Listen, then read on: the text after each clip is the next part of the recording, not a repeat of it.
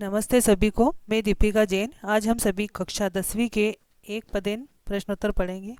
यहाँ पर आपके जो रिक्त स्थान थे उनमें से पाठ 21 के 3 रिक्त स्थान बाकी रह गए थे पहले वाले वीडियो में से। पहले वो समझेंगे। रिक्त स्थान में है पर सदन। पर का अर्थ होता है दूसरा, सदन यानी मकान। दूसरों के मकान में निविष्ट यानी जाने पर को यानी कौन से व्यक्ति को लघुत्वम यानी लघुता न याति नहीं आती है। यानी हम जब दूसरों के घर पे जाते हैं तो वहाँ हमें उनके हिसाब से रहना पड़ता है, तो उसको कहेंगे लघुत्वम, लघुता।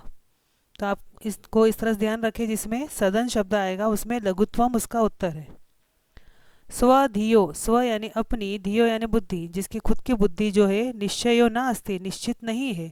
यस्य सह, वह व्यक्ति जो है भ्रमति स्वयं, वह खुद ही घूमता रहता है। यानी आपकी बुद्धि निश्चित होनी चाहिए कि आपको बनना क्या है, और जिस व्यक्ति की बुद्धि निश्चित नहीं होती है वह संसार में इस प्रकार से घूमता ही रहता है। तो जिसमें धियो आएगा उसका उत्तर रहेगा निश्चयो।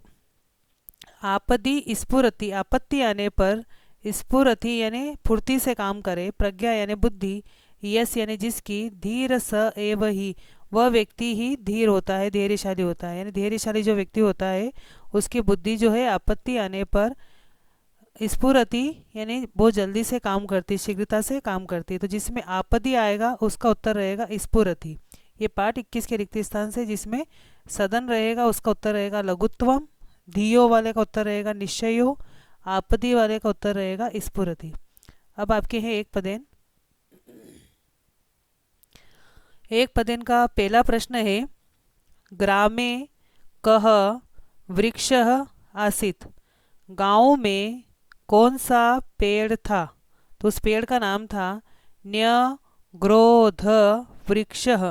न्यग्रोध वृक्ष, न्यग्रोध वृक्ष यानी बरगद का पेड़। तो गांव में कौन सा पेड़ था, न्यग्रोध वृक्षः। के यानी कौन, मार्ग आयासम, रास्ते में आई हुई जो थकान थी उसको परिहरन्ति इसम, दूर करते थे। कौन रास्ते में आई हुई थकान को दूर करते थे, तो इसका उत्तर है पथिकाः। पथिकाः यानी राहगीर, जो रास्ते में चलते हैं वो राहगीर रास्ते में आई हुई थकान को दूर करते थे। तीसरा है कस्य ध्वनि, कस्य यानी किसकी, ध्वनि जो है अंतरिक्षम, अंतरिक्ष को अस्पर्शत, छू जाती है। किसकी ध्वनि अंतरिक्ष को छू जाती है। तो यहाँ पर किसकी ध्वनि अंतरिक्ष को छूती है, तो काकस्य, काकस्य यानी कौवे की। यानी कौवा जो है इतनी तेज आवाज़ में उस पेड़ के ऊपर बोलता है जोर जोर से कि ये पेड़ मेरा है, ये पेड़ मेरा है। तो उसकी आवाज़ बहुत आसपास सभी इलाकों में गूंज जाती थी, तेज आवाज़ में वो बोलता है। तो किसकी ध्वनि जो है अंतरिक्ष को छू जाती है, तो काकस्य यानी कौवे की। इसके बाद है प्रकृति दत्त, प्रकृति के द्वारा दिया गया वरह कह, वरदान कौन सा है। यानी प्रकृति ने हमको दिया है, तो प्रकृति के द्वारा दिया गया वरदान कौन सा है, तो वृक्ष यानी पेड़ जो है वो प्रकृति के द्वारा दिया गया वरदान है। तरो पत्राणी यानी जो पेड़ है उसके पत्ते को, तरु का अर्थ होता है पेड़, तो उसके पत्ते को खादन खा करके, कह यानी कौन, नदंती इसम खुश रहता था। कौन उसका नाम बताना है जो पेड़ के पत्ते को खा करके खुश रहता था। तो अजापुत्र यानी जो बकरी का जो बच्चा था, अजापुत्र यानी बकरी का जो बच्चा है वह उस पेड़ के पत्ते को खा करके खुश रहता था। तो अजापुत्र आंसर है इसका। इसके बाद पार्ट 3 के प्रश्न है, दयानंदस्य जन्म, दयानंद जो है उनका जन्म कस्मिन प्रदेशे, कौन से प्रदेश में, अभवत यानी हुआ। महर्षि दयानंद जो थे उनका जन्म कौन से प्रदेश में हुआ था, तो गुर्जर प्रदेश यानी गुजरात प्रदेश में उनका जन्म हुआ था। गुर्जर, जो ज के ऊपर र है वो पढ़ेंगे ग के बाद, तो गुर्जर, गुर्जर प्रदेशे। इसके बाद है दयानंद कस्मात, दयानंद जो थे उन्होंने कस्मात किससे, बहुविधानी, बहुत अनेक शास्त्रों की, बहु यानी बहुत सारे, अनेक, विधानी यानी प्रकार के, अनेक प्रकार के, शास्त्रानी शास्त्रों की अशिक्षित शिक्षा प्राप्त करी। दयानंद जो है उन्होंने किससे अनेक प्रकार के शास्त्रों की शिक्षा प्राप्त करी, तो इसका उत्तर है विरजानंदात। इसके आगे स्वामीना भी लिख सकते हैं, स्वामीना विरजानंदात। तो विरजानंद जो थे उनसे इन्होंने अनेक प्रकार के शास्त्रों की शिक्षा प्राप्त करी थी। तो इसका उत्तर है विरजा नंदात, और स्वामीनः विरजानंदात भी लिख सकते हैं। इसके बाद है महर्षि कस्य स्थापनाम कृतवान। महर्षि यानी महर्षि दयानंद थे, उन्होंने किसकी स्थापना की थी? तो आर्य समाजस्य, आर्य समाज की इन्होंने स्थापना करी थी। तो उत्तर है इसका आर्य समाजस्य। फिर है दयानंदस्य चरितम। दयानंद जो है उनका चरित्र केशाम कृते, किसके लिए? अनुकरणीयम अस्ति, अनुकरणीय है। अनुकरण करना यानी जो काम उन्होंने किया है उनको उसको देख करके बाद वाली जो पीढ़ी है वो भी ऐसा काम करे। तो दयानंद का चरित्र किसके लिए अनुकरणीय है? तो भारतीयानाम, यानी जो भारतीय लोग हैं उनके लिए अनुकरणीय है, यानी उनको इस चीज़ को फॉलो करना चाहिए कि जैसा दयानंद ने काम किया वैसा हम भी करें। तो ये किसके लिए अनुकरणीय है? भारतीयानाम। ये है आपके पाठ 3 के। इसके बाद पाठ 4 के एक पदेन। गंगा किम हंती। गंगा नदी जो है वह किम यानी किस चीज़ को, हंती यानी दूर करती है, नष्ट करती है। गंगा जो है वह किसको नष्ट करती है या दूर करती है? तो पापम, पापम यानी पाप को दूर करती है। केतकी गंधम, केतकी यानी केवड़े की सुगंध को आग्राय सूंघ करके, के यानी कौन, स्वयं यानी खुद ही, आयांति यानी आ जाता है। केवड़े की सुगंध को सूंघ करके कौन खुद ही आ जाता है। तो उत्तर इसका षटपदा। षटपदा यानी जिसके 6 पैर है वह उसका नाम है भौरा। तो षटपदा वहाँ पर आ जाता है। सर्वोत्तम भूषणम, सबसे अच्छा, सर्वोत्तम यानी सबसे अच्छा, भूषणम यानी आभूषण, किम अस्ति क्या है? सबसे अच्छा आभूषण क्या है? तो वाग भूषणम यानी वाणी रूपी आभूषण, यानी कोई व्यक्ति जो है कितने भी गहने पहन ले लेकिन उसकी वाणी अगर अच्छी नहीं है तो उसकी शोभा कभी भी नहीं बढ़ती। इसलिए कहा गया सबसे अच्छा आभूषण आपका क्या है? वाग भूषणम, यानी वाणी रूपी आभूषण सबसे अच्छा आभूषण होता है। तो वाग में ग आधा आएगा, वाग भूषणम। इसके बाद है प्रीति रसायनम। प्रीति रसायनम यानी प्रेम का आश्रय, या हम कहें प्रेम की औषधि, की मस्ती क्या है? तो उसका उत्तर है मित्रम, यानी दोस्त जो होता है वो प्रेम का आश्रय रूप होता है। तो प्रीति रसायनम यानी जो प्रेम का आश्रय है वह की मस्ती क्या है? तो उत्तर है इसका मित्रम। दोस्त जो होता है वह प्रेम का आश्रय रूप होता है।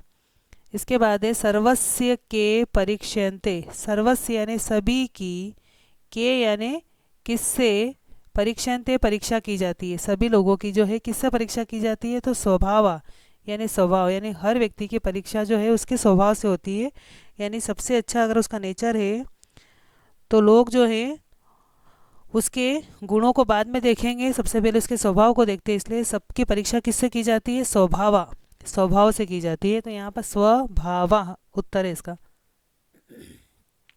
इसके बाद है पाठ 5 के एक पदेन। घटोत्कचः। घटोत्कच जो है कया यानी किसके द्वारा आज्ञप्त, आज्ञा दी गई थी। घटोत्कच जो है उसको किसके द्वारा आज्ञा दी गई थी? तो उत्तर है इसका जनन्या। जनन्या यानी माता के द्वारा उसको आज्ञा दी गई थी। घटोत्कच को उसकी माता ने आज्ञा दी थी कि जंगल में जो भी मिले उस व्यक्ति को पकड़ के लाना है। तो घटोत्कच को किसके द्वारा आज्ञा दी गई? तो जनन्या, ज न फिर आधा न आएगा, जनन्या। किम अहम, यहाँ पर संधि विच्छेद होगा। किम में से अ बाहर निकलेगा, किम अहम। फिर म में से भी अ बाहर निकलेगा, अब्राह्मण। जो ब्राह्मण नहीं है उसको कहते हैं अब्राह्मण। तो वह वृद्ध जो है वो कहता है किम अहम अब्राह्मण, क्या मैं ब्राह्मण नहीं हूँ? इति यानी इस प्रकार से, कह यानी कौन, उक्तवान यानी कहा, किसने ऐसा कहा कि क्या मैं ब्राह्मण नहीं हूँ? ऐसा किसने कहा? तो वृद्ध, जो बूढ़ा था वह कहता है। वृद्ध आंसर है इसका, वृद्ध। यहाँ पे द और नीचे जो ध है ये पूरा ध। वृद्ध, क्या मैं ब्राह्मण नहीं हूँ ऐसा किसने कहा? तो वृद्ध। पुरुषाद, पुरुष का अर्थ होता है मानव, व्यक्ति। आद का मतलब होता है खाना, जो मानवों को खा जाता है, इंसानों को खा जाता है उसको कहेंगे पुरुषाद, व्यक्तियों को खाने वाला। कह आसित कौन था? इंसानों को खाने वाला कौन था? तो घटोत्कच। घटोत्कच जो है वो पुरुषार्थ यानी व्यक्तियों को खाने वाला था।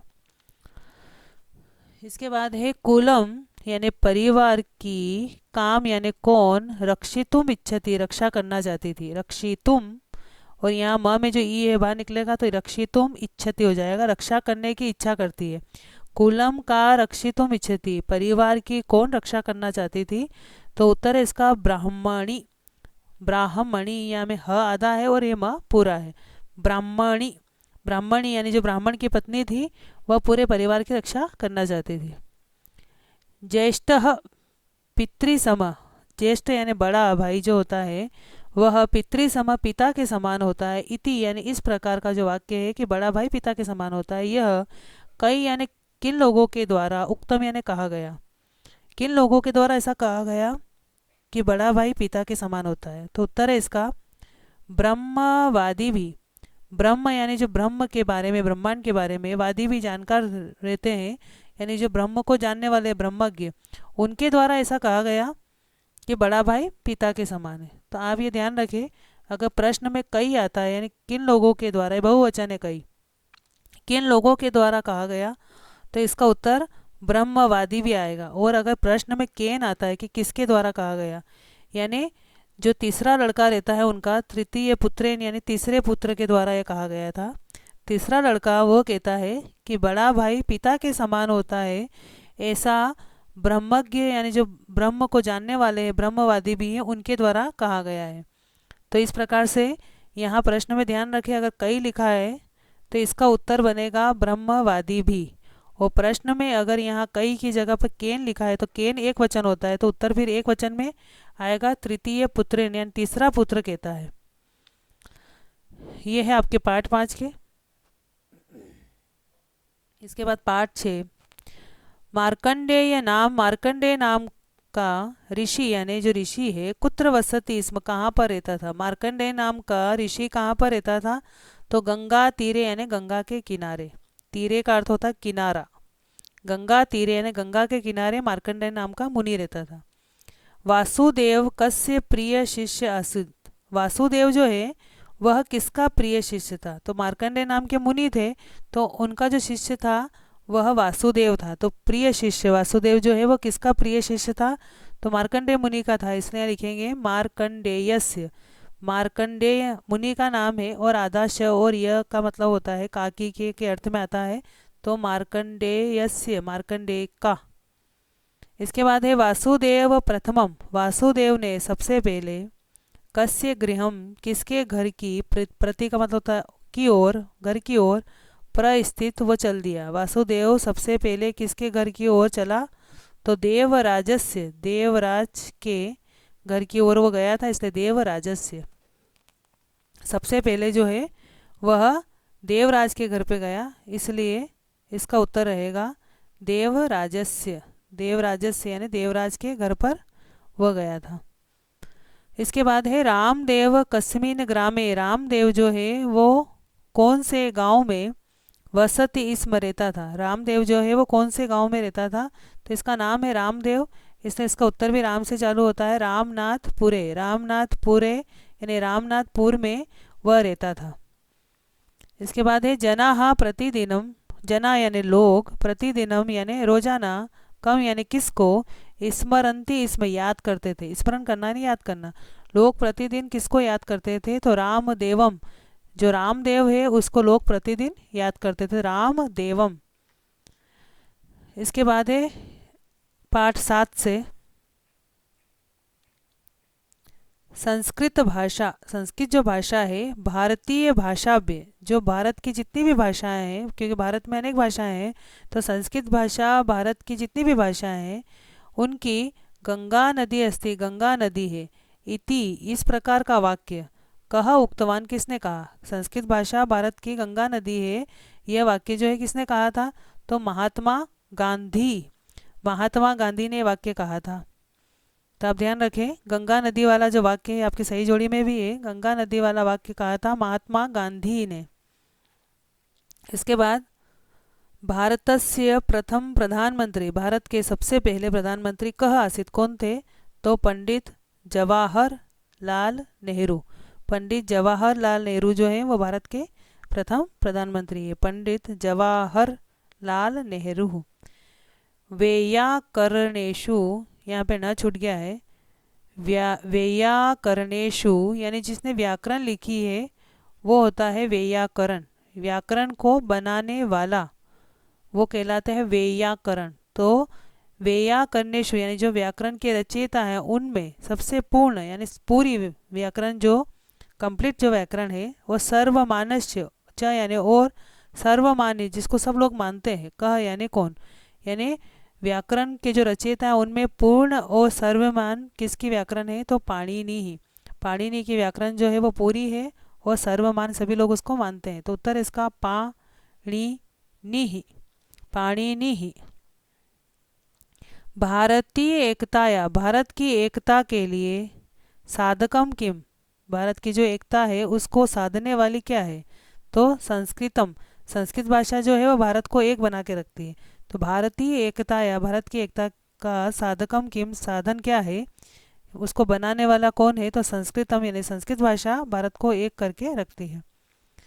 संस्कृतम कस्या भाषा है, संस्कृत जो भाषा है वो कस्या भाषा है, कौन सी भाषा की अपेक्षा अधिकम समृद्धम, अधिक समृद्ध है यानी बड़ी है। यानी जिस प्रकार से इंग्लिश वगैरह जो रहती है तो उनके जो शास्त्र है वो कम रहते हैं और संस्कृत के शास्त्र ज़्यादा है। तो संस्कृत भाषा कौन सी भाषा की अपेक्षा अधिक समृद्ध है। जैसे किसी का परिवार बहुत बड़ा होता है तो वो कहा जाता है कि समृद्ध है, जिसके अंदर सभी चीज़ है। तो इस प्रकार से संस्कृत भाषा जो है उसमें सभी चीज़ आपको मिलती है, इसलिए वो समृद्ध भाषा कही जाती है। तो संस्कृत भाषा कौन सी भाषा की अपेक्षा अधिक समृद्ध है, तो लैटिन भाषा या लैटिन जो भाषा है उसकी अपेक्षा संस्कृत भाषा अधिक समृद्ध है। इसके बाद पाठ 8-9 आपके कोर्स में नहीं है। इसके बाद 10वां पाठ में है भारतस्य पुरातन, भारत का पुरातन यानी पुराने समय से यानी प्राचीन समय से, सखा यानी दोस्त, कह विद्यते कौन है, भारत का सबसे प्राचीन जो है मित्र कौन है, तो हिमालय, हिमालय पर्वत जो है वह भारत का पुराने समय से मित्र है। यानी हिमालय पर्वत बीच में खड़ा हुआ है, इस कारण से दूसरे देश जो है हमारे भारत के ऊपर आक्रमण नहीं कर पाते, इसलिए भारत का सबसे पुराना मित्र कौन है, हिमालय है। कस्मिन प्रवर्तितुम, कस्मिन यानी किस में, लगे रहने में, कदापि न खिद्यते तुम्हें खींचना नहीं चाहिए। तो उत्तर है इसका स्वकर्मणि यानी अपने काम में। यानी कवि जो है वह सैनिकों को कहता है कि तुम्हें कभी भी अपना जो काम मिला है उसको करने में खींचना नहीं चाहिए। तो उत्तर है इसका स्वकर्मणि, अपने काम में।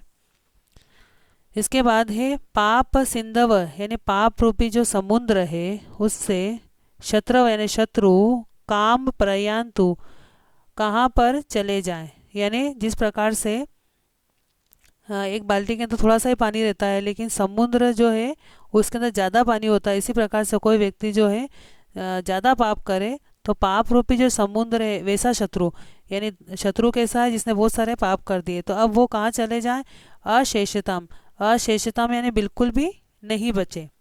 यानी शत्रु जो हैं उनको सैनिकों से कवि कहता है कि तुम सारे शत्रुओं को इस प्रकार से मार दो कि वो बिल्कुल भी नहीं बचे। तो पाप रूपी समुद्र से शत्रु जो है वो कहाँ पर चले जाएं, अशेषताम यानी शेष बिल्कुल भी नहीं बचे, अशेषताम उत्तर इसका। वयम यानी हम सभी को, कया यानी किसके द्वारा, स्वदेश रक्षणों अपने देश की रक्षा में, उद्यता यानी तैयार रहना चाहिए। तो सत्य निष्ठया यानी सत्य और निष्ठा से हम सभी को किसके द्वारा अपने देश की रक्षा के लिए तैयार रहना चाहिए, तो सत्य निष्ठया, सत्य निष्ठा से तैयार रहना चाहिए। तो सत्य निष्ठया। भारतीय केतव, भारत का जो झंडा है, केतव का अर्थ होता है झंडा, भारत का जो झंडा है, काम वृत्तिम यानी किस प्रकार का जो आचरण करते हैं तो उनको स्फुरंती यहाँ से हटा दिया जाए। भारत का झंडा जो है वह क्या करे कि इनको किस प्रकार से हटा दे, अरातिनी वृत्तिम, अरातिनी वृत्तिम यानी जो शत्रु हैं उनको सब जगह से ढूंढ ढूंढ करके मार दिया जाए। तो तब भारत का झंडा जो है इस प्रकार से वहाँ पर फहराया जाए कि भारत का झंडा जो है इन सारे शत्रुओं को ढूंढ ढूंढ करके मार दे। तो सैनिकों से कवि इस प्रकार से कहता है कि जहाँ भी शत्रु छुपे हुए हैं उन सारे शत्रुओं को आप जो है क्या करें, सब जगह से ढूंढ ढूंढ करके लाएं और उनको मार दे। तो इस प्रकार से कवि वहाँ पर भारतीय झंडे को शत्रु को सब ओर से पकड़कर मारने के भाव को उत्पन्न करने का कहता है कि यह भारत का जो झंडा है, भारतीय केतव जो भारतीय झंडे है वह शत्रु को क्या करे, अरातिनी वृत्तिम यानी शत्रु को, जो भी शत्रु है उनको सब ओर से पकड़ करके मारने के जो भाव है, वृत्तिम यानी जो भाव है उसको क्या करे, उत्पन्न करे। भारतीय झंडे शत्रु को सब ओर से पकड़कर मारने के भाव को उत्पन्न करे। तो अरातिनी वृत्तिम यानी शत्रु को सब ओर से पकड़ करके मारना। तो इसका उत्तर ध्यान रखें, जिसमें भारतीय केतव आएगा उसका उत्तर रहेगा अरातिनी वृत्तिम। इसके बाद है पाठ 11 का रूपम नाशिष्यति। का यानी कौन, रूपम यानी रूप का, नाशिष्यति नाश कर देती है। तो जरा यानी बुढ़ापा, रूप का नाश कौन करती है, जरा यानी बुढ़ापा जो है, जैसे व्यक्ति बूढ़ा होता है उसकी सारी सुंदरता जो है नष्ट हो जाती है। तो कौन सुंदरता को नष्ट कर देता है, जरा यानी बुढ़ापा। सिद्धार्थ कस्य पुत्र आसित, सिद्धार्थ जो है वह किसका पुत्र था, तो शुद्धो धनस्य। ये ध्यान रखने, शु और ये द आधा ध नीचे पूरा है, शुद्धो, फिर है धनस्य। वो सी बार परीक्षा में बच्चे धनस्य लिख दे, ध नहीं आएगा, द है। तो शुद्धो फिर धनस्य, शुद्धोधनस्य यानी शुद्धोधन का लड़का था सिद्धार्थ। यशोधरा कस्य पत्नी आसित, यशोधरा किसकी पत्नी थी, तो सिद्धार्थस्य, सिद्धार्थ जो था उसकी पत्नी का नाम यशोधरा था। यशोधरा किसकी पत्नी थी, सिद्धार्थस्य। सिद्धार्थस्य पुत्र का आसित, सिद्धार्थ का पुत्र कौन था, तो राहुल, राहुल जो है वो सिद्धार्थ का लड़का था। सिद्धार्थ कस्मिन वंशे, सिद्धार्थ जो है वो कौन से वंश में उत्पन्न हुए, तो शाक्य वंशे, शाक्य जो वंश था उसमें सिद्धार्थ उत्पन्न हुए थे। तो आप ये ध्यान रखें कि शुद्धोधन जो है वो शाक्य वंश में पैदा हुए थे और उनका लड़का भी सिद्धार्थ, सिद्धार्थ का राहुल। तो सिद्धार्थ का कोई पूछे या राहुल का या शुद्धोधन का, तीनों का एक ही वंश है, शाक्य वंश है। इसके बाद आपके पाठ 12 के एक पदे ने समो उद्दीर्ण वेगा यानी बहुत तेजी से, वेगा यानी वेग होना, तेजी से चलना। सम उद्दीर्ण वेगा बहुत तेजी से, के प्रवांति कौन बहती है, तो वाता यानी हवा, यानी जब बारिश का मौसम आता है तो उसका वर्णन इसमें किया गया है पाठ 12 में कि बहुत तेजी से हवा जो है वह बहती है बारिश के मौसम में। तो सम उद्दीर्ण वेगा बहुत तेजी से, अधिक तेजी से, के प्रवांति कौन बहती है, तो वाता, वाता यानी हवा। वर्षा काले जब बारिश का मौसम आता है उस समय में शिकिनः यानी मोर, किम कुर्वंती क्या करते हैं, बारिश के मौसम में मोर क्या करते हैं, तो शिकिनः का अर्थ ध्यान रखें, शिकिनः का अर्थ होता है मोर। तो मोर क्या करते हैं, नृत्यंती, नाचते हैं। इसका उत्तर है नृत्यंती। वर्षा काले यानी जब बारिश का मौसम आता है उस समय में के भांति कौन सुशोभित होते हैं, भांति का अर्थ होता है सुशोभित होना, अच्छा लगना, भाना। तो वर्षा काल में कौन सुशोभित होते हैं, तो वनांता यानी जो जंगली प्रांत है, वन अंता यानी जंगली जो प्रांत है, जंगली जो इलाका है वो सुशोभित होता है। तो वनांता। कह मृदंग नादम करोति, कौन जो है मृदंग नादम यानी तबले की आवाज़ को करता है बारिश के मौसम में, तो मेघः यानी बादल जो है वह तबले की आवाज़ को करते हैं। तो मृदंग नादम, इसका उत्तर रहेगा मेघः। घनो उपगूढ़म यानी घना अंधेरा, किम यानी कहाँ पर छा जाता है, घना अंधेरा जो है वो कहाँ पर छा जाता है बारिश के मौसम में, तो गगनम यानी आकाश में, आकाश में घना अंधेरा छा जाता है। इसके बाद है आपके पाठ 13 आपके कोर्स में नहीं है, पाठ 14 के प्रश्न उत्तर है। देव दुर्लभम किम, देवताओं को भी दुर्लभ यानी बहुत कठिनता से प्राप्त क्या है, तो मानव शरीरम, इंसान का जो शरीर है वो देवताओं को भी दुर्लभ है, यानी देवता भी उस शरीर को प्राप्त नहीं कर सकते हैं जो चीज़ कठिनता से प्राप्त हो। तो देव दुर्लभ क्या है, मानव शरीरम। अन्येषां वस्तूनाम अपेक्षाया, अन्य वस्तुओं की अपेक्षा अधिक महत्वपूर्ण कह, अधिक महत्वपूर्ण क्या होता है, दूसरी वस्तुओं की अपेक्षा सबसे ज़्यादा महत्वपूर्ण क्या है, तो समय है। इसका उत्तर है समय। समय जो होता है वह अन्य वस्तुओं की अपेक्षा ज़्यादा इम्पोर्टेंट होता है। किम परावर्तितुम न शक्यते, किम यानी किसको लौटाया नहीं जा सकता, यानी एक बार जो चला जाए और वापस उसको परिवर्तन नहीं कर सकते, लौटा नहीं सकते। तो किम यानी क्या, परावर्ती तुम परिवर्तन नहीं कर सकते, लौटा नहीं सकते। न यानी नहीं, शक्यते यानी सकते हैं। क्या लौटा नहीं सकते हैं, तो समय। समय एक बार चला गया तो वापस से हम सोचें कि फिर किसी को लौटा दें तो वो समय वापस नहीं आता है। तो इसका उत्तर है समय। जना समय से दुरुपयोगम, जना यानी लोग जो है समय का दुरुपयोग करना यानी व्यर्थ में बिता देना। कतिदिधा, कतिधा यानी कितनी प्रकार से, कुर्वंती यानी करते हैं। लोग जो है समय का दुरुपयोग कितनी प्रकार से करते हैं। तो द्विधा, यहाँ पर ये द है, नीचे व है, तो द आधा है, व पूरा है, द्विधा। द्विधा यानी दो प्रकार से लोग जो है वह समय का दुरुपयोग करते हैं। निष्क्रियाणाम, निष्क्रिय व्यक्ति यानी जो व्यक्ति कुछ भी काम नहीं करते हैं, ऐसे व्यक्ति कहलाते हैं निष्क्रिय व्यक्ति। तो निष्क्रियाणाम, जो व्यक्ति काम नहीं करते हैं, उनका भारम यानी वजन जो है, वोडुम यानी सहन करने की, का निच्छति किसकी इच्छा नहीं होती है। निष्क्रिय लोगों का वजन झेलने की किसकी इच्छा नहीं होती है, तो कर्म भूमि यानी जो जमीन है इसकी इच्छा कभी भी निष्क्रिय लोगों का वजन झेलने की नहीं होती है, तो कर्म भूमि ही। इसके बाद है पाठ 15 के प्रश्नोत्तर। सूर्यवंशस्य राजा, सूर्यवंश के राजा कह आसित कौन थे, सूर्यवंश के राजा कौन थे, तो उनका नाम है सगर। सगर जो है वो सूर्यवंश के राजा है। यागस्य, यागस्य यानी यज्ञ के, विघ्नम कर्तुम विघ्न को करने के लिए, कह यानी कौन, मार्गम यानी रास्ता, चिंतितवान यानी सोचने लग गया था।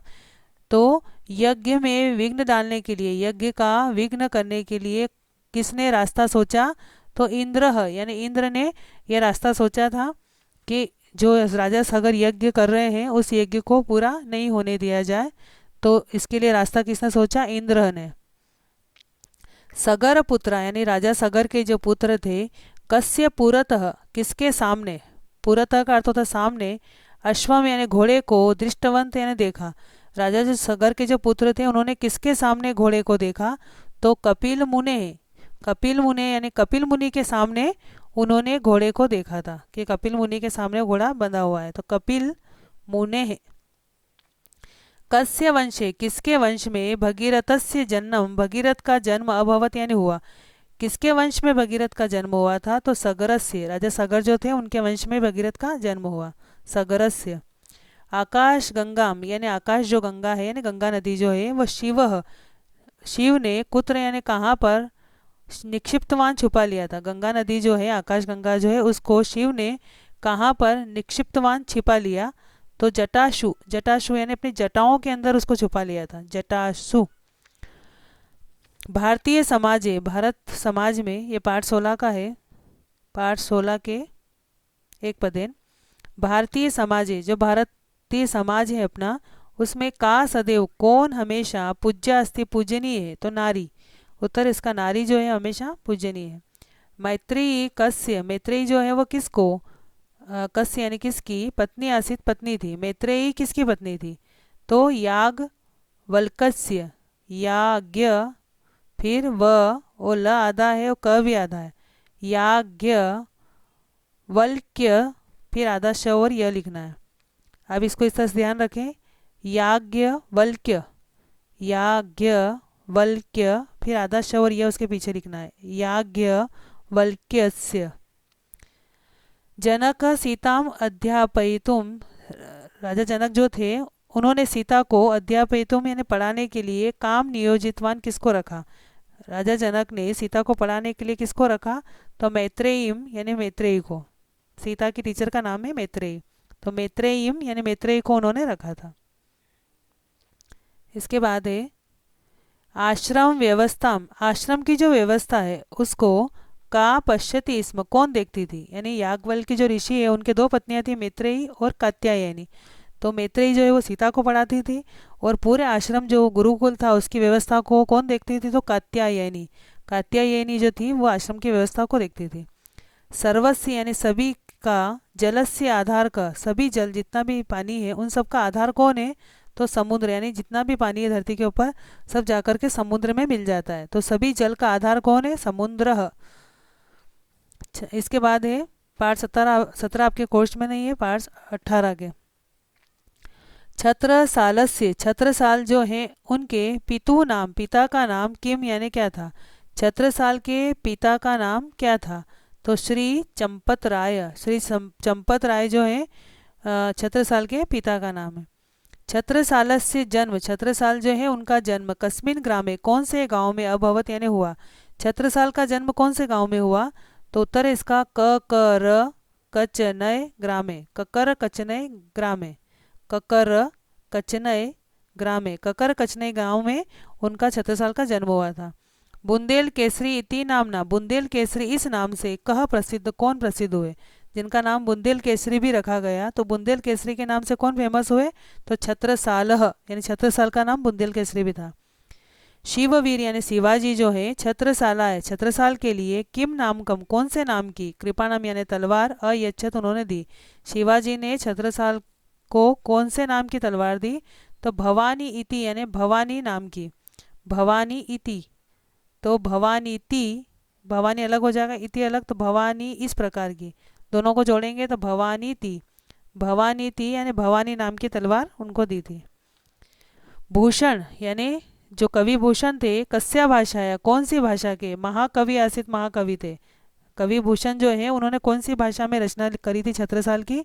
तो हिंदी भाषाया, कवि भूषण जो है वो हिंदी भाषा के कवि है। तो यहाँ लिखा है भूषण कौन सी भाषा के महाकवि थे। तो हिंदी भाषाया, हिंदी भाषा के। इसके बाद पाठ 19 आपके कोर्स में नहीं है, पाठ 20 विद्यालय से शैक्षणिक भ्रमण दलम, विद्यालय का शैक्षणिक भ्रमण दल यानी स्कूल से जो टूर जाता है उसको शैक्षणिक भ्रमण दल कहते हैं। इंग्लिश में कहेंगे तो स्कूल टूर। विद्यालय का जो शैक्षणिक भ्रमण दल था वह कुत्र गतवान, कहाँ पर गया। तो विदिशा नगरीम, जो विदिशा नगरी थी उस पर घूमने के लिए सब बच्चे गए थे। तो विदिशा नगरीम। पूर्वस्मिन काले यानी पुराने समय में विदिशा नगर्या, विदिशा जो नगरी है किम नाम आसित, उसका क्या नाम था। आज नाम है उसका विदिशा, लेकिन पुराने समय में इसका नाम क्या था। तो इसका नाम था भेलसा, भेलसा। सुभाऊ कस्य पुत्र आसित, सुभाऊ जो है वो किसका पुत्र था। तो दशरथ के 4 पुत्र है, राम लक्ष्मण भरत शत्रुघ्न। तो शत्रुघ्न के लड़के का नाम था सुभाऊ। तो यहाँ पूछा है सुभाऊ किसका पुत्र था। तो शत्रुघ्नस्य, शत्रुघ्नस्य। विदिशा नगरी कस्या नद्यास्तटे वर्तते, विदिशा जो नगरी है वो कौन सी नदी के किनारे बसी हुई है। तो वेत्रवत्या यानी वेत्रवती जो नदी है उसके किनारे विदिशा नगरी है। यानी जब हम विदिशा जाते हैं तो वहाँ पर वेत्रवती नदी आती है। तो वेत्रवत्या। कस्य नृपस्य, कौन से राजा के शासनकाले, शासनकाल में हेलिओडोरस स्तंभ, हेलिओडोरस नाम का खंबा निर्मित आसित, निर्मित हुआ, स्तंभ यानी खंबा। तो कौन से राजा थे जिनके शासनकाल में, जब वह उनका शासन चल रहा था उस समय में हेलिओडोरस नाम का खंबा निर्मित हुआ था। तो उस राजा का नाम है काशी पुत्र भाग भद्रस्य, काशी पुत्र भाग भद्रस्य, काशी पुत्र भाग भद्रस्य। इस राजा के शासनकाल में हेलिओडोरस नाम का खंबा निर्मित हुआ। इसके बाद पाठ 21, पाठ 21 के रिक्त स्थान एक पदे ने पठतो किम न अस्ति, पढ़ते रहने से क्या नहीं आती है। तो मूर्खत्वम यानी मूर्खता नहीं आती है। अगर हम बार बार किसी चीज़ को पढ़ते रहेंगे तो हमारा जो अज्ञान है वह धीरे धीरे दूर होता जाता है। तो पठतो किम न अस्ति, पढ़ते रहने से क्या नहीं आती है, मूर्खत्वम यानी मूर्खता। देवता नाम देवत्वम का, देवताओं की भी देवता का यानी कौन है। तो माता, माता जो है वो देवताओं की भी देवता कही गई। नभसी यानी आकाश में, क्षिप्त यानी फेंका गया, पंख यानी कीचड़, कुत्र पतति कहाँ पर गिरता है। अगर हम आकाश में कीचड़ को फेंके तो वो कहाँ आकर के गिरता है, मूर्धनी यानी अपने ऊपर ही आकर के गिर जाता है। मूर्धनी यानी हमारे सिर के ऊपर ही आकर के वह गिरता है, मूर्धनी। प्राणे कंठ गतेरपि, प्राणे यानी अपने जो प्राण है वह कंठ गतेरपि गले तक आ जाए तब भी किम कर्तव्यम, क्या करना चाहिए। प्राण गले तक आ जाए फिर भी क्या करते रहना चाहिए, परोपकार यानी परोपकार, यानी जीवन भर परोपकार करें, लेकिन प्राण जो है अपने गले तक आ जाए यानी व्यक्ति की मृत्यु होने वाली हो तब भी उसको क्या करना चाहिए, परोपकार यानी दूसरों का भला करना चाहिए। केन सर्वम, कौन व्यक्ति ऐसा है जो सर्वम यानी सभी, जगत विजीते यानी पूरे संसार को जीत लेता है। केन यानी किसके द्वारा, सर्वम जगत विजिते यानी पूरा संसार ही जीत लिया जाता है। तो जिसने जीत क्रोधेन यानी अपने क्रोध को जीत लिया वो पूरा संसार जीत लेता है। यानी जो व्यक्ति गुस्सा नहीं करेगा, अच्छा बोलेगा सभी से, तो वह पूरे संसार पे राज्य करता है। इसके बाद पाठ 3 का एक एक पदेन रह गया था, उसमें से दयानंद कयो उन्नतये, दयानंद जो है उन्होंने किसकी उन्नति के लिए भारतीय संस्कृति का प्रचारम अकरोत, प्रचार किया।